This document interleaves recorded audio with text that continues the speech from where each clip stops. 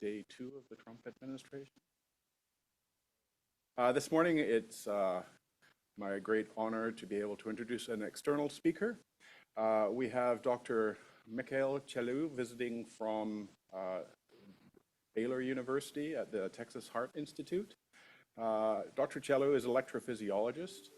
He is director of the Electrophysiology Lab at the Texas Heart Institute and director of clinical electrophysiology research, a full professor and the associate program director of the EP fellowship down there. Dr. Chelu today is going to speak to us about the management of atrial fibrillation, but his research interests in electrophysiology are broad-based. He has interest in imaging of left atria. I see it with scarring with MRI, which is obviously an area that I'm interested in. Further, he's interested in resynchronization therapy, ventricular tachycardias, and atrial fibrillation. Really looking forward to your talk, Dr. Chelu, and on off then.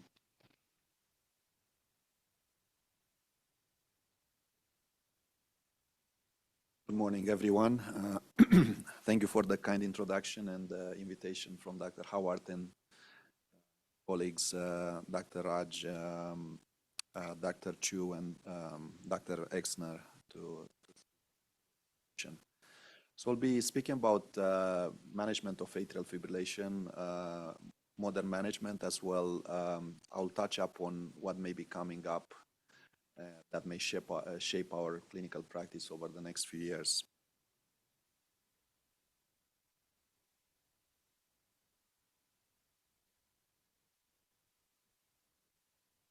Here are my disclosures. It's mostly funding for research, but none of it is really relevant to what I'm going to be talking about today.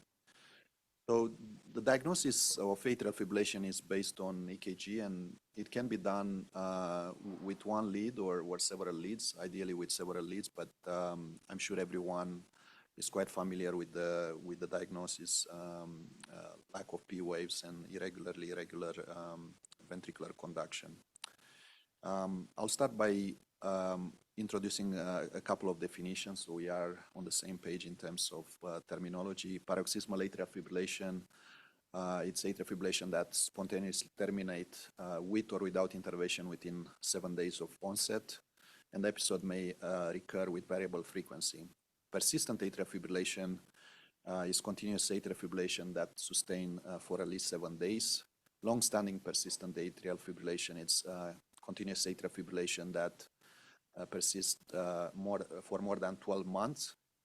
Permanent atrial fibrillation, it's related to more of a joint decision between patient, caring physician on what the course of treatment is.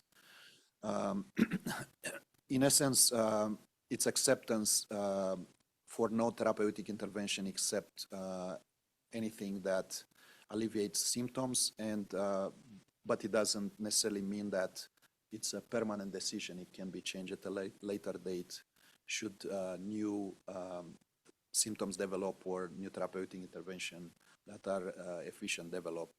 And then we have non-valvular atrial fibrillation, which refers to any atrial fibrillation in absence of rheumatic mitral stenosis, mechanical or bioprosthetic heart valve, or mitral valve repair.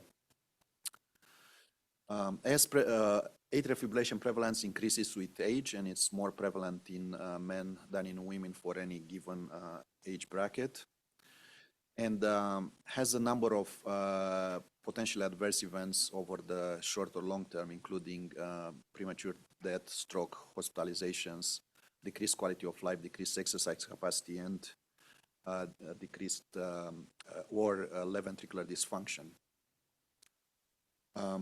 In the Framingham study, there is obviously association between stroke and prevalence of atrial fibrillation, which increases with age. And in terms of the current management of atrial fibrillation, the 4 pillars are risk factor management, anticoagulation for stroke prevention, rhythm control, and rate control. And on top of that, it does involve active participation of patients, which should be engaged and educated about their condition. So we'll start with risk factor modification. And here are the major risk factors for atrial fibrillation, with the strongest association with atrial fibrillation being heart failure, male gender, coronary artery disease, hypertension, and left ventricular hypertrophy. And there is a correlation between the number of risk factors and the likelihood of one developing atrial fibrillation, with as little as 5% at 20 years, nearly 20 years if you have only one risk factor, and as much as 20% risk of developing atrial fibrillation if you have 5 risk factors for atrial fibrillation. The risk factors interacts with the substrate at cellular level, so there could be increased fibrosis, lateralization of connexins, which can lead to slowing in conduction. Vagal tone can affect the action potential duration, and that overall at the level of heart may result in left atrial dilation as a substrate for arrhythmia, as well as interaction with the ventricle. Many of these patients can develop left ventricular function. So risk factor modification has been examined in a number of clinical trials, particularly many of those come from Australia. Part of it is because the waiting list for atrial fibrillation ablation is longer, so they are trying to offer other things to patients while they wait. So here are example of 3 clinical trials. Legacy, looking at weight loss, and you can see there is a graded response in time to atrial fibrillation recurrence based on the weight loss, with the best results in patients that lose more than 10% of the body mass, and somewhat intermediate response in those between 3 and 9%, and not so good in those that do not lose any significant weight or have increase in weight loss. Also, in ARREST-AF, if you do more comprehensive risk factor modification, those patients also have longer time to AF recurrence compared to those without an intervention. And that's in patients that have undergone an atrial fibrillation. So in other words, you can improve the outcomes of atrial fibrillation ablation if you do concurrent risk factor modification. And then CardioFit looked at both weight loss and cardiopulmonary fitness. So patients that improve cardiopulmonary fitness and have weight loss have the greatest benefit. So the take-home message is that we ought to work closely with those patients to encourage them to exercise. That's even if they are unable to lose weight, there is a gain there in terms of cardiopulmonary fitness. Another study from Australia looking at modification of alcohol as a risk factor.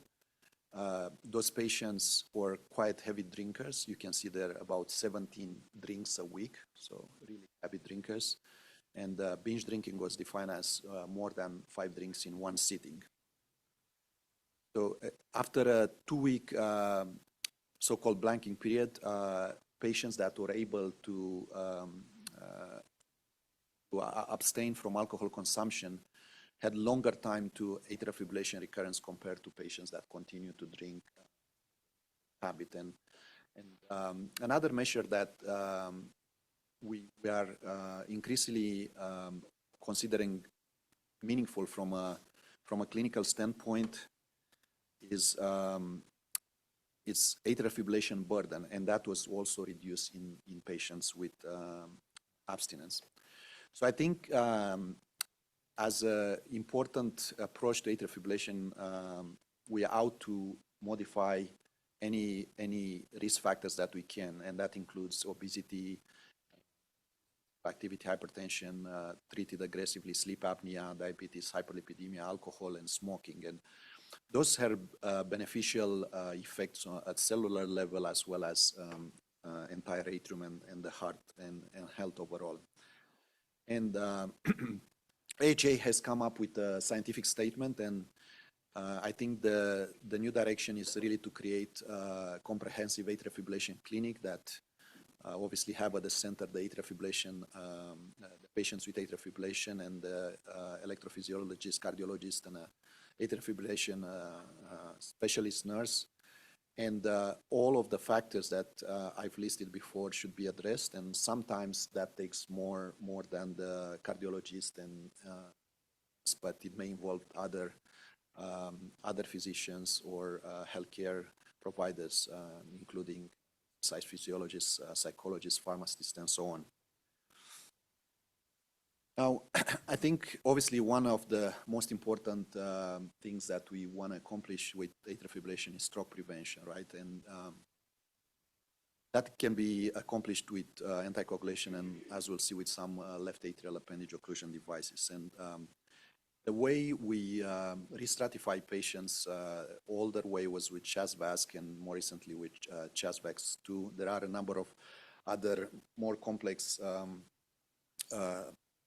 re-stratifications scores, but nevertheless, I think probably CHAS-VASc is the most used, and here is the score is listed here. And then obviously we balance the risk of stroke against the risk of bleeding, and there is a Hasbled risk score that allows us to stratify the risk of bleeding. So 2 points for this. Some of the same risk factors for stroke are the same for bleeding, and obviously there is overlapping between the scores. As the score risk score for stroke increases, the risk for bleeding increases as well. But the point is, you should not withhold oral anticoagulation based on the risk of bleeding alone. The way it should be approached is to optimize as much as possible the risk of bleeding, to minimize it by taking different measures, and then anticoagulate patients because have brain transplants. So for stroke prevention, really aspirin has fallen out of favor. I still list it here, but it's no longer recommended in any clinical scenarios. So that's the first message to remember. And what to use, thrombin and factor Xa inhibitor for most part, but we'll see warfarin is still indicated. Can be used as an alternative to those newer drugs. We also have percutaneous left atrial appendage occlusion devices and surgery as well. So the data for thrombin and factor Xa inhibitor comes from a number of clinical trials, and I listed here RELY, ROCKET-AF, Aristotle, and GAGE for the different drugs that are available: Pradaxa, apixaban, edoxaban, and rivaroxaban. I listed here in these clinical trials, those are compared to warfarin, and you can see the sort of the standard time in therapeutic range is it's about 60% in most trials. If you get above 60, it's quite good. And then in general, all of these drugs were non-inferior in terms of efficacy to warfarin, and in some of them, when they did the secondary of analysis of superiority, Pradaxa and Eliquis were actually superior to warfarin. In terms of safety, the risk of bleeding, that's what we are worried about, is quite acceptable by comparison with warfarin. And for example, for apixaban, risk of intracranial bleeding and intestinal bleeding was actually lower than warfarin.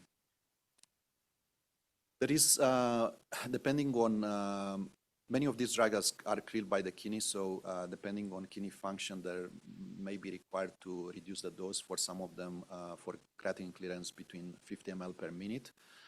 And initially, none of them were recommended for dialysis, but based on some quite limited modeling for apixaban, actually apixaban is recommended without changing dose for patients on dialysis. Let's look at some specific population. For example, a mechanical valve in real-line trial, dabigatran was tested against warfarin, and it has proven to be a bad idea in terms of thromboembolic events, was inferior to warfarin. So as a reminder, for a mechanical valve, warfarin is the drug. In terms of bleeding, dabigatran fare better than warfarin. What about bioprosthetic mitral valve? There is no problem with factor Xa inhibitor. So it was warfarin. So for bioprosthetic mitral valve, factor Xa inhibitor, and by extension, really all of them can be used safely. Now, what are the alternatives to anticoagulation? Obviously, as I showed you, there is overlap between the risk of stroke and the risk of bleeding, and sometimes as the risk of stroke increases, the risk of bleeding does so, and certainly we have patients that do bleed on oral anticoagulation, and what would be the alternative to that? And the alternative to that is left atrial appendage closure, and I want to point out this is really the basis for left atrial appendage occlusion. It's a study from 1996, post-mortem, and they looked at patients that were diagnosed with death secondary to thromboembolism, and found that in patients with non-rheumatic atrial fibrillation, 91% of the thrombus was in the left atrial appendage. So that's really the basis of everything we do with left atrial appendage occlusion. Patients with rheumatic atrial fibrillation, there is a lower share of thrombus in the left atrial appendage, 57%. So I'm not going to go over this. This is a very in great detail, but it's a very active area of research. There are a number of devices, but in essence, Watchman, it's a good alternative for patients that had bleeding on oral anticoagulations, was non-inferior to for stroke, systemic embolism, and cardiovascular death in PROTECT AF, and also in terms of bleeding was non-inferior to another device that's available. It's Amplatz Ramule. This was tested in the ID trial against Watchman, and again was non-inferior. Now, I think this is an important point. Left atrial appendage occlusion should be done if somebody has an indication for cardiac surgery, valve or bypass surgery, and so on. And the LAOS 3 study has shown that, in fact, left atrial occlusion during surgery is superior in terms of ischemic stroke or systemic embolism. So anytime you have a patient that goes for surgery, talk to your colleagues to close the appendage. What is coming up in stroke prevention? There are a couple of trends. There are new targets, in particular factor 11A inhibitor, a number of clinical trials in different phases. The most advanced was for asundexian. Initially in Pacific AF, it showed some promise in the sense that the risk of bleeding was less there for apixaban. Unfortunately, when it was tested in a large population, that was published just late last year in Oceanic AF, indeed the bleeding was less. However, the efficacy was inferior to apixaban. This trial was stopped early because of the higher risk of stroke with asundexian. However, there is still hope. There is another clinical trial that has not stopped yet, LibreX-CIF. There's another factor 11A inhibitor versus apixaban, over 1,500 participants. It's nearly close to enrollment. I think they're trying to get some diversity, some underrepresented population toward the end tail of enrollment, and the primary efficacy endpoint is the composite endpoint of stroke or non-CNS systemic embolism. Other trend is concurrent left atrial appendage occlusion at the time of atrial fibrillation. This is the option trial that was again reported recently. And it showed that for the primary endpoint of major bleeding or clinical non-major bleeding, implanting a Watchman at the time of ablation is superior, and efficacy was similar. Other trends are to offer some of these left atrial appendage occlusion devices as a first-line therapy. So in other words, not in patients that had a prior bleeding, but rather really a larger population. There are two ongoing clinical trials, Catalyst for Amulet against DOAC, which I think is a better way to compare in terms of how we practice today as opposed to warfarin, and Champion AF, which is for Watchman. In my view, I think, in terms of management of the rhythm itself, rhythm control should be the target for patients with atrial fibrillation and not rate control. And I'll try to lay out the case based on current clinical trials. So we'll talk about rhythm control. We'll start with the AFFIRM trial from 2002, which unfortunately set the trend that rate control is equivalent to rhythm control. So let's go a little bit in detail over this AFFIRM trial. Enrolled patients 65-year-old with risk factor for stroke or death. In the mind of investigator, atrial fibrillation was likely to be recurrent or cause significant illness or death. And long-term treatment for atrial fibrillation was warranted. Oral anticoagulation is not contraindicated in any of the patients or eligible for at least 2 drugs in either treatment arm. And the treatment could be initiated immediately after randomization. Primary outcome was overall mortality with secondary outcomes a composite of death, disabling stroke, disabling anoxic encephalopathy, major bleeding, and cardiac arrest. Pretty good ratio of screened patients to enrolled, 7,400 patients screened and 4,000 enrolled, about 2,000 in each arm. And in general, it is the typical atrial fibrillation. The rate control group was accomplished most frequently with digoxin and beta blocker, and with less degree with altaisem. Patients in rhythm control group received rate control in a fair percentage. And in terms of rhythm control, the most used drugs were amiodarone and sotalol. So a couple of fine points. In the rate control group, at 5 years, still about 1/3 of the patients were still in normal rhythm, which I think it's important to note. Rate control was accomplished in 80% of the patient, and mostly with drugs, as I mentioned. AV node ablation is very small population, 5.2%. Rhythm control group,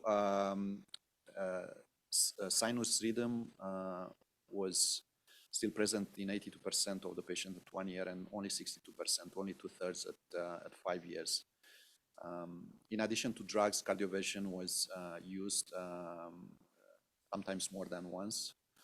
And there wasn't much of ablation in this. The fibrillation ablation was not really used widely at the time of this clinical trial. There was a significant crossover from rate control to rhythm control and rate, so that reflects how you manage these patients. Sometimes it's difficult, and you go between different strategies.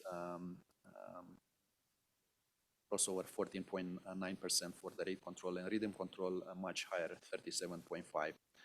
And oral anticoagulation was used with greater degree for rate control, and was allowed to be discontinued in a fair amount of patients with rhythm control, which is not what we practice these days. We think the risk of a stroke is there even if you accomplish rhythm. Those are the things that could be critiqued about this clinical trial. The time in therapeutic range was pretty good. what we observe in all clinical trials, 62%. So with this, that said, the cumulative mortality was no different between rate control and rhythm control. If anything, numerically was slightly higher in rhythm control, but not statistically significant at 5 years. In terms of safety, things that you may expect by using a lot of amiodarone and sotalol, pulmonary events, gastrointestinal events, bradycardia, and with sotalol prolongation of the QT interval that required discontinuation. So a couple of thoughts. Maintenance of sinus rhythm was not an endpoint in the rhythm control arm. So that was not sought, although, that's the whole point, right? There was a frequent combination of two antiarrhythmic drug. Heart failure was not an outcome. And in fact, when they looked at the data, 21% in the rate control had atrial fibrillation and 16.8%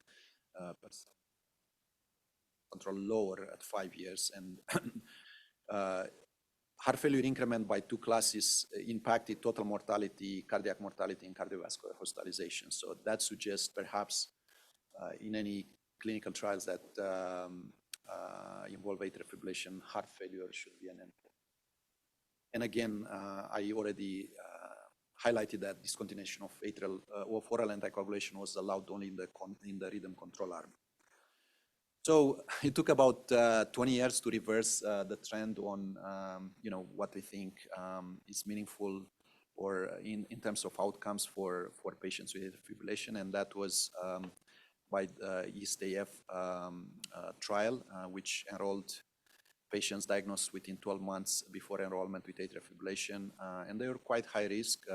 Either they had to be over 75-year-old with a TIA or stroke, or have two criteria listed below: age over 65, female sex, heart failure, hypertension, diabetes, coronary artery disease, CKD, or left ventricular hypertrophy. You recognize all these risk factors that I listed really on the slide.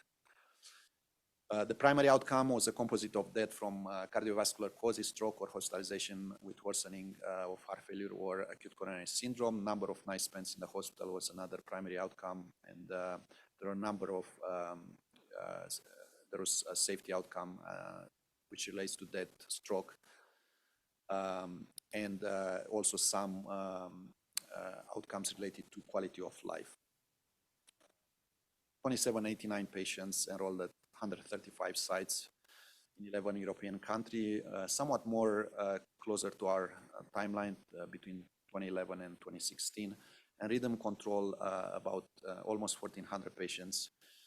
That was accomplished mostly with antiarrhythmic drug, a small number of patients with catheter ablation and cardioversion for persistent AF, and they were asked to transmit single lead EKG twice a week or when symptomatic, and rate control, similar number of patients.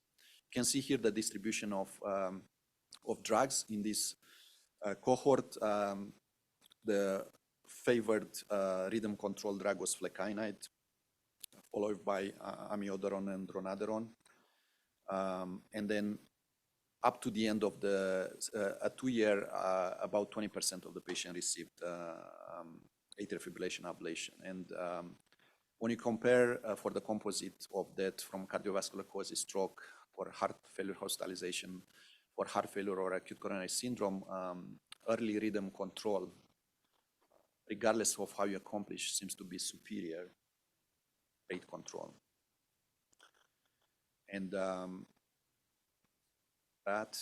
so the question is, why discrepancy between the early study, the AFFIRM and AFNet? There was a post hoc analysis done by the AFFIRM investigator, and basically they looked on treatment analysis, the relationship between survival to cardiac rhythm and treatment as they change over time. And what they say, it's among the time-dependent variable, the presence of sinus rhythm was associated with a low risk of death, as was warfarin. So they suggest that rhythm control actually is desirable, and anticoagulation, as we know, is desirable in this patient population. Antiarrhythmic drugs were associated with increased mortality only after adjustment for the presence of sinus rhythm. So particularly if you are on antiarrhythmic drug that's supposed to keep you in sinus rhythm, but you don't accomplish that. That's detrimental. And consistent with the original intention to treat analysis, antiarrhythmic drugs were no longer associated with mortality when sinus rhythm was removed from the model. So they say currently available antiarrhythmic drugs are not associated with improved survival, which suggests that any beneficial antiarrhythmic effects of antiarrhythmic drugs are offset by their adverse effects. If an effective method for maintaining sinus rhythm with fewer adverse events were available, it might be beneficial. So what that might be, it's atrial fibrillation ablation, we think. And this was introduced by the Bordeaux group led by Dr. Haseger. And what's shown here, it's a venogram of a pulmonary vein with a catheter that is placed either deeper into the vein or closer to the junction with the left atrium. And you can see here, there is, when it's deep into the vein, there is a sharp signal, which is the local EGM, which is firing from within the pulmonary vein. And then followed by that, it's somewhat less sharp signal, which is the atrial signal. And as you move the catheter closer to the junction, you can see the timing of the PV potential and the atrium obviously shortens because they are close to each other. And in fact, you can see also atrial fibrillation in some of these early patients that were described by Haseger and his group. See that what's initiating atrial fibrillation is firing from within pulmonary veins, which is labeled with this asterisk. So we don't see this often in the cath lab or in the EP lab. We do empiric vein isolation, but here is an example of what happens with pulmonary vein isolation. So you can see here on the left side of the screen, patients by surface ECGs in sinus rhythm, and you can see it's a lot of high frequency signal in the pulmonary vein as well as in the coronary sinus. And as you finalize the pulmonary vein isolation, patient converts to sinus rhythm, as you can see on the surface, and as well as the CS signal, yet the pulmonary vein is still in atrial fibrillation. So that's sort of how pulmonary vein firing is a trigger for it. A trial that has tried to demonstrate heart outcome benefit from atrial fibrillation ablation was Cabana, which was difficult because people started to believe in AFib. So randomized patient took a very long time. And unfortunately, in the intention to treat analysis, from a statistical standpoint, there was no difference between catheter ablation and drug therapy, but that was blamed on a fairly high rate of crossover. And in fact, if you look at the per protocol analysis, there seemed to be a benefit for the primary endpoint of risk of death, disabling stroke, serious bleeding, and cardiac arrest in favor of catheter ablation. However, if you are a statistical purist, there is no difference. So, in terms of all-cause mortality, no difference. And if you look at the other secondary endpoint, mortality or cardiovascular hospitalization, there is a benefit in terms in favor of catheter ablation. One point that will be recurrent as we talk about atrial fibrillation ablation is safety, and that the rate of complication with ablation is quite low and has improved over time. And there is still a fair amount of side effects from drugs, particularly some of the amiodarone and some of sotalol and other drugs. Another recurring point is that I think quality of life is greatly improved with catheter ablation over antiarrhythmic drugs, and that's been proven over and over in multiple clinical trials. Here is an example from CAPT-AF from Sweden, and again, a separate analysis that was pre-specified in Cabana by two quality of life measure, affect and MAPC. There was an improvement in quality of life. Now, the question is, how soon should we do atrial fibrillation ablation? As we know, there is potential progression of substrate over time if not treated. And these two recent clinical trials, STOP AF out of US and Early AF from here, Canada, led by Dr. Andrade in British Columbia, shows similar benefit. Atrial fibrillation is superior to antiarrhythmic drug at 1 year. More rigorous, in my opinion, design with continuous loop recorder.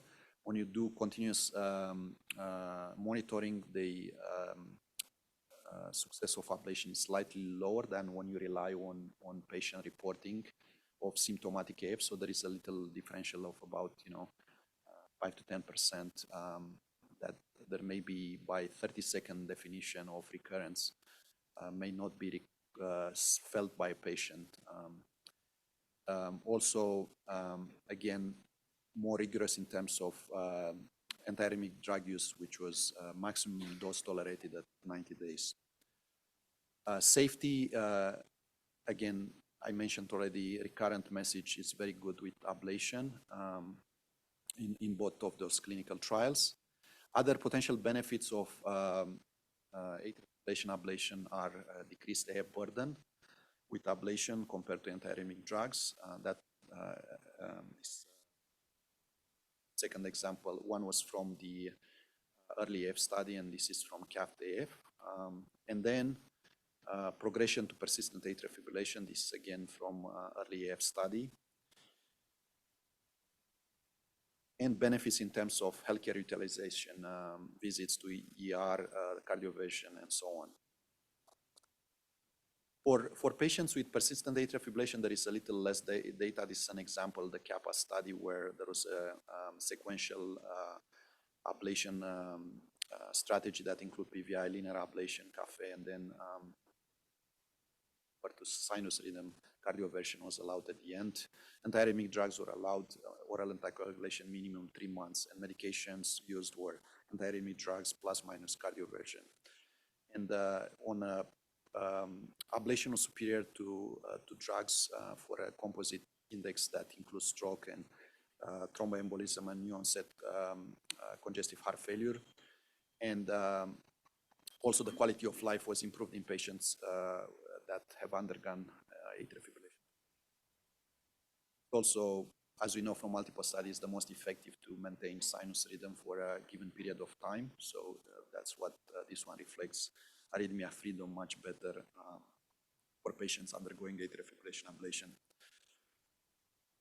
So that has led in the most recent guidelines from United States and North America, really.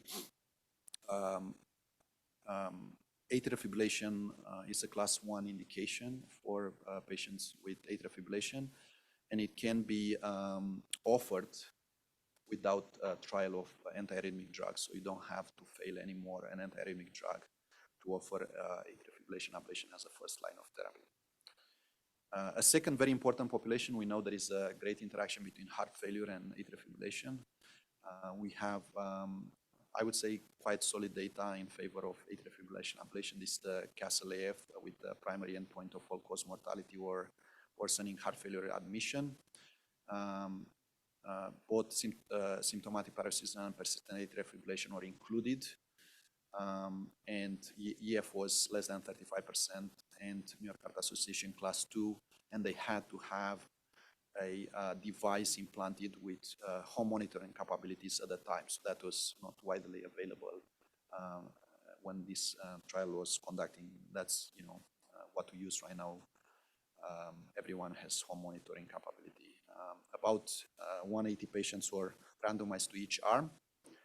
And you can see for the primary composite endpoint, there is a relative risk reduction of 38% at 60 months. All-cause mortality, those are secondary outcomes. Also there was a relative risk reduction by 47%. Worsening heart failure admissions, relative reduction of 44%.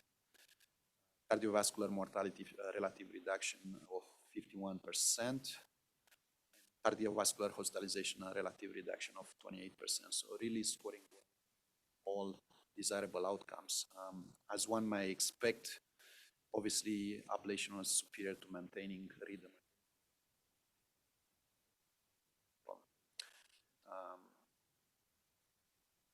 The newest clinical trial is CASTLE-AF. This is somewhat sicker population or patients that were referred for heart transplant, but not necessarily, on the brink of death, but nevertheless, I would say sicker population than CASTLE-AF, and benefit observed in favor of ablation compared to medical therapy with much shorter follow-up and quite significant. Also, in terms of secondary outcomes, benefit in terms of death from any cause or implant of a left ventricular assist device. So again, that has led of inclusion of atrial fibrillation as a robust option for patients with heart failure. Obviously, what you do in those is the guideline directed medical therapy, and for patients with reduced ejection fraction, it's class 1 indication. For patients with HFpEF, which I haven't really discussed in this talk, it's a class 2 indication. And highlighted by the guidelines, the rate of complication during ablation is quite low, and any given complication is really less than 1%. Now, we are not yet happy with the outcomes of ablation. We'd like to improve if we could, and a number of things have been explored. One of them is the role of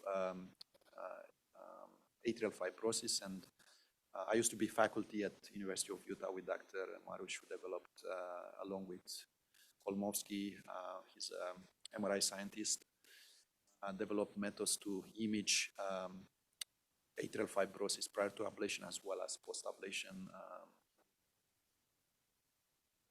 undergone PVI, and you can observe the distribution of lesions. And those experiments are difficult, but we try to validate that, in fact, what we see MRI does represent fibrosis, and biopsies from 3 patients illustrated here done during cardiac surgery were taken, are illustrated here and correlated with MRI, and you can see by Mason trigram staining there is a correlation on histology with the MRI. And based on that, patients were classified in 4 stages, so-called Utah stages, based on the degree of atrial fibrosis in increments of 10%, with the stage 4 being greater than 30%.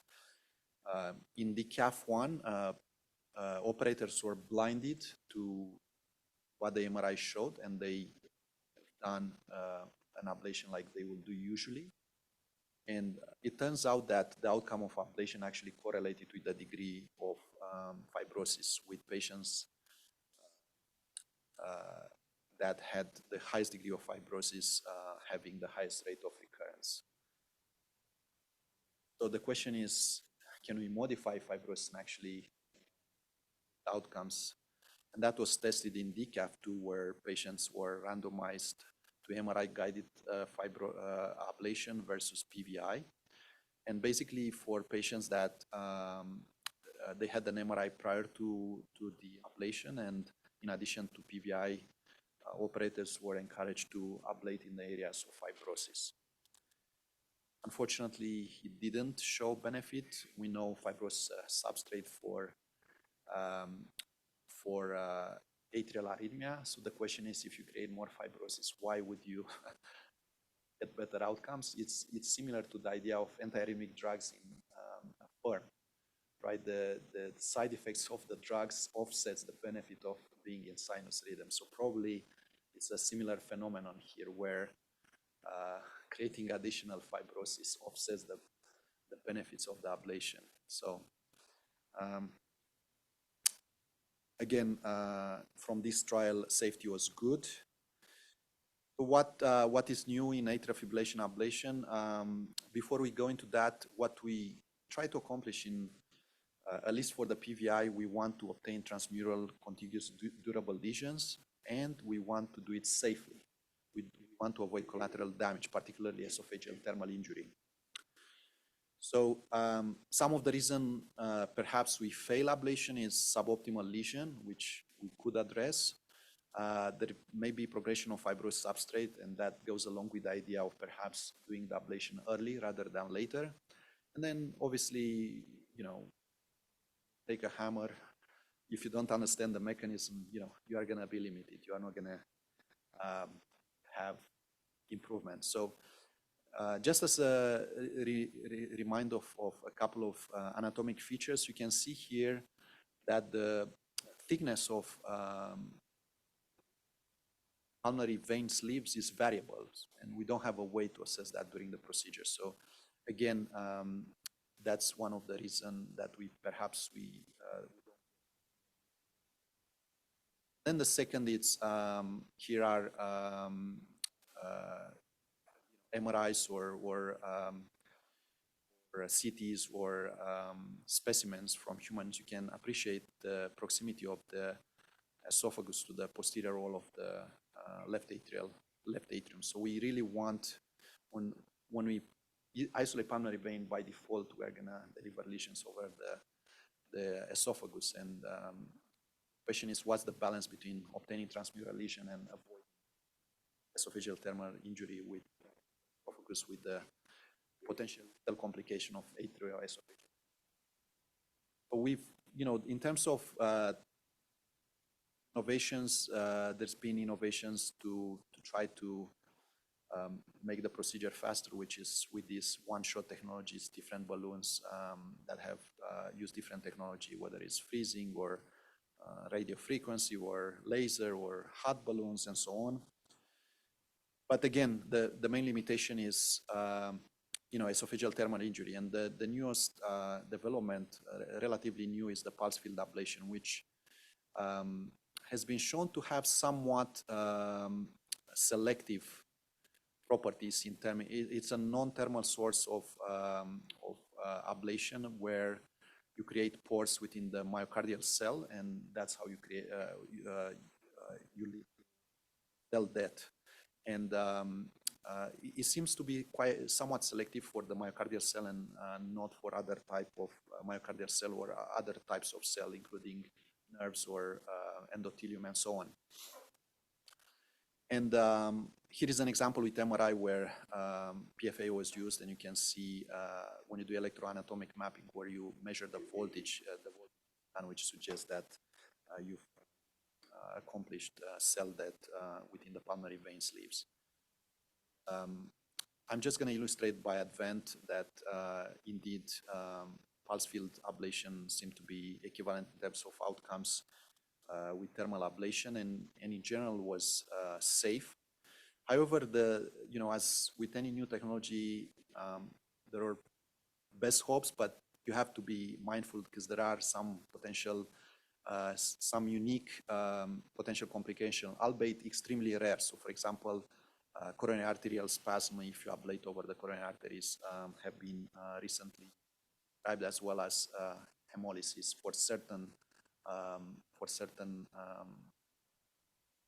types of PFA delivery.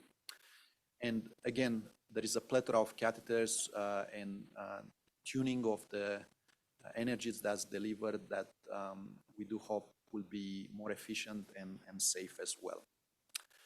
So let's conclude here with the last section on rate control. I want to give the audience some time to ask some questions, so I'll go faster through this. But basically, we have drugs, which mostly is beta blockers, calcium channel blocker, digoxin, and if you are desperate, you can use amiodarone as well. And you have device plus AV node ablation. And what's new in that respect, it's conduction system pacing, which is an area of research interest for me. And in essence, the idea is that, well, we'll get to that in a second, but here are some examples. Conduction system pacing can be used, and the idea is to prevent pacing-induced cardiomyopathy. So this is an example from a patient that had AFib, had AV node ablation with a standard pacemaker. He developed HFrEF over time. You can see pace QRS duration with standard pacing was 190 milliseconds, and then I implanted his bundle lead, and QRS narrowed to 82 milliseconds, and the EF a couple of months back to normal. And here is an example of a patient with left bundle branch block, QRS duration 150 milliseconds, EF 40%, and with non-selective left bundle pacing, QRS duration was 122 milliseconds. Indeed, left bundle pacing is ventricular pacing for death and heart failure hospitalization. So this is what I really wanted to say is pacing gets indicated in atrial fibrillation. There are a number of reasons to use it. Probably the most frequent one is sinus node dysfunction and tachycardia bradycardia syndrome, where basically it's an enabler, right? You have patients that have tachycardia during AFib, you put them on antiarrhythmic drug and a bunch of AV nodal blockers, and then when I break in sinus rhythm, they are bradycardic and they feel awful. So that's RA pacing, right? We are not worried too much about RA pacing. What we really worried about is RV pacing, right? That's really true rate control. You implant a pacemaker, you ablate AV node, and then you render the patient pacemaker dependent. Their pace basically 100%. And that in up to 20% of the patient can result in pacing-induced cardiomyopathy. So that's where, conduction system pacing may be a preventive measure. And one should remember that this doesn't treat AFib. Patients still have AFib, and you have to continue anticoagulation. So let's summarize everything. What we know today, we want to do comorbidity and risk factor management, and we went over the different strategies, and every risk factor should be addressed. Avoid stroke and thromboembolism, and that should be done with oral anticoagulation. And aspirin is no longer an option. And if they have a high risk of bleeding, that should not deter you from using oral anticoagulation. In fact, you should optimize the risk of bleeding and put them on anticoagulation. If they bleed, you do have an option of left atrial appendage occlusion, and highly, highly recommended if they go for surgery to be done at the time of surgery. Shouldn't be a missed opportunity. In terms of rate control, drugs or pacemaker plus AV node ablation. In patients with normal atrial fibrillation, what we know, ablation control or rhythm control is the favored, in my opinion. Ablation is better than drug, can be used as a first-line therapy, even without a trial of antiarrhythmic drug, and early ablation is best. Pulse field ablation, at least on the early date, I think will turn out to be better in terms of safety than as after we tune it a little bit compared to older ones. For heart failure, a lot of benefits. Improve incidence of ventricular arrhythmias. I didn't show that. Improves left ventricular ejection fraction, hospitalization, mortality, and obviously patient selection is important. So in terms of future AF clinics, maybe on the horizon, for stroke prevention, factor 11A inhibitor may be implemented in practice in a couple of years, potentially. Left atrial appendage, there is some push to be offered as a first line of therapy. For rate control, conduction system pacing may be the way for pacing, and in terms of rhythm control, pulse field ablation likely to be the dominant ablation strategy. Thank you.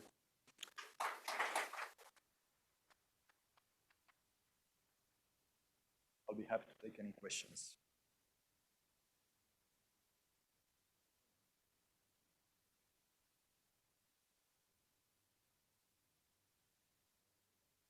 Okay, we'll open up the chat window here for people online. Also, feel free to raise hands or and to the room. Any questions in the room? Hey, Catherine. Okay, I'm curious with the new recommendations that ablation should be first line, okay? And I'm sure that patients referred to Baylor, that's the case. But I want to know in the population of Texas, okay, just take Texas for the moment, not US, how many patients would have access to that? I think now in US it's quite available. There's been centers even in smaller cities. So I think the access has improved greatly, but I'm sure there are certain rural areas where patients don't have access or perhaps are not even referred for ablation. But certainly one thing that's important and unique to Texas, I think we are second state on the not so desirable ranking of obesity. So I think certainly, particularly if patients come from outside, it's good to have a partner where you do at least address that and other risk factors. Maybe they're not optimized for hypertension, diabetes, and so on. So I think it's important to do concurrent management. Perhaps not necessarily deny the atrial fibrillation from the get-go, but certainly stress the importance of modifying the other risk factors. That was super comprehensive. I'm as a left atrial appendage occlusion planter, I wanted to ask your opinion, or maybe the opinion that you've heard from your center or places in the US about the auction trial and how that might be implemented. I think it's early to say which way we'll go. I'm sure there will be a small percentage of enthusiasts that will offer it, but my feeling of the pulse of the community is that for now will be skepticism to do it within one. I think once the other clinical trials where left atrial appendage occlusion offer as a first line, if they prove to be kind of benefit, may eventually swing the pendulum where they will be offered concomitantly. I think it will take a few years before we see where things settle. And from a physiologic standpoint, this is my personal take. I don't think we are addressing the entire mechanism. Counterintuitive, but I want to see more data. Question from the chat box: how do you manage anticoagulation after apparently successful ablation and after surgical closure of the left atrial appendage? So for successful ablation, again, the question is, what do you call successful? There is a little debate there, whether, first episode of 30 seconds or you go by burden and also the timing of it, what's successful at 3 months or at 1 year.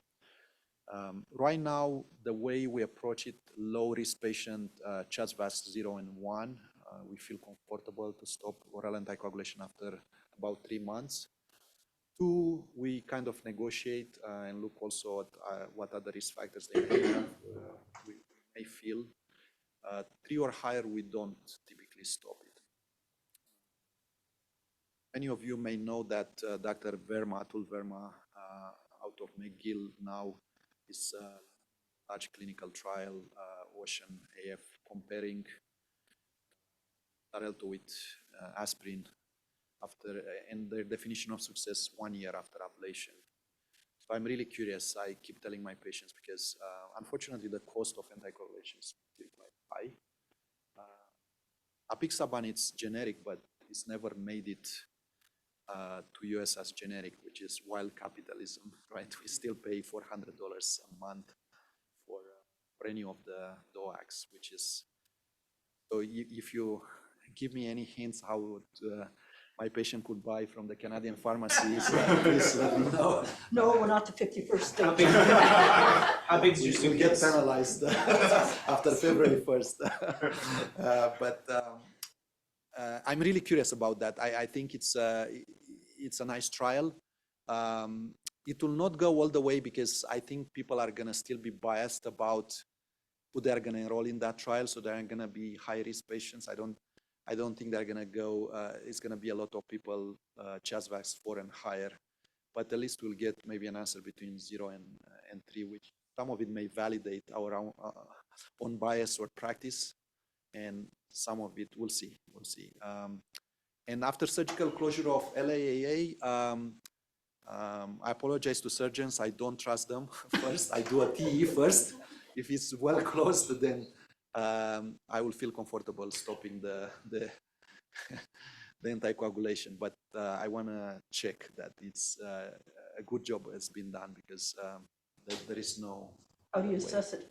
Yeah. There is a tongue-in-cheek comments here. Easy Canada will become the 50th state, so free care, healthcare for all Americans and cheap drugs. Well, I think we're at the top of the hour, so I'd like to thank everyone. And thank Chelu for visiting Calgary, which apparently is the same temperature as Houston this morning. So It's pandemonium in Houston. The schools are closed. So how about we close and let's have a coffee or something? and we're wearing shorts. Thank you. Thank you.